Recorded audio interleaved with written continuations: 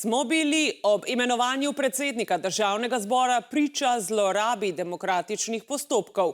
Tako ob imenovanju Zorana Stevanovića meni relativna zmagovalka volitev Svoboda. Slovenska tiskovna agencija je namreč razkrila, da so bile glasovnice na tajnem glasovanju označene. So poslanci z označevanjem morali dokazovati pripadnost svoji stranki. Na glasovnicah so 3 različne oznake. Zvezdica, pika in krogec. Pridobili smo kopije petkovih glasovnic, 19 je označenih. Zvezdica je na 4, pika na 6 in krogec na 9 glasovnicah.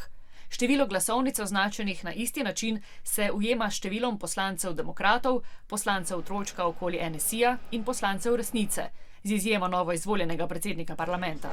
Da tega svojim poslancem niso naročili, pravijo demokratih. Ne. Poslanci so glasovali po lastni vesti, so pa vsi povedali, da bodo podprli edinega predsednika za državni zbor. Pa ste prepričani, da je bila poslanska skupina enotna? Ja, o tem sem pa prepričan, zaupam svojim poslancem. Tudi v poslanski skupini resnice o tem niso bili dogovorjeni, zatrjuje Stevanović. Zakaj pa je jaz ne bi označil, če je to tako? Zakaj samo 4, ne 5?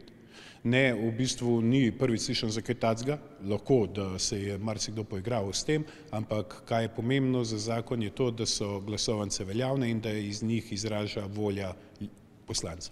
Nasprotovanje Stevanoviću in glasovanje proti je napovedala poslanska skupina Svobode, ki ima 29 poslancev in to ustreza številu glasovnic proti.